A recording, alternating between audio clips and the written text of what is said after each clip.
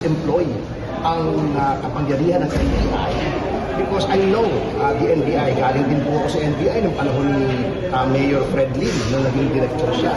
And it is composed of highly professional men and women that I know would rather be investigating anomalies than investigating the people who are blowing the whistle on anomalies.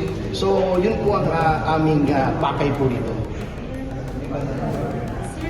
Sir, bakit po nakalagay pa Sino po dito? 16 out of 18 po ba ang... Hindi ko po alam kasi ang abogado po nung 12 Marines at yung 2 servicemen ay si Attorney Levy Balikon.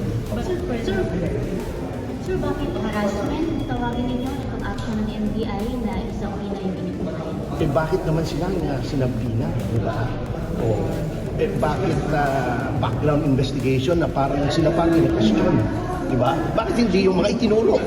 Yun ang nagtataka ako eh. Umpisa nang sila ay nag-blow ng whistle. Lahat ng taong konektado sa kanila, yun ang iniimbestigahan. Yung notaryo, di ba, pinapunta rito. Patinignan. Bakit ganoon? Yun ang aking ikinatataka. At saka, hindi ba itong kaso na tinuturo ng mga Marines ay cognizable by the Ombudsman? Kasi mga public officials to of a certain salary grade. Hindi ba independent ang Ombudsman? Bakit ang Ombudsman na may sarili namang Field Investigation Office ay kailangang dumipende sa executive branch na kung saan nasa ilalim ang NBI? Di sira ng independence ng Ombudsman. Diyan natin nakikita na may collusion between the present Ombudsman at ang executive na hindi independent ang kasalukuyang Ombudsman.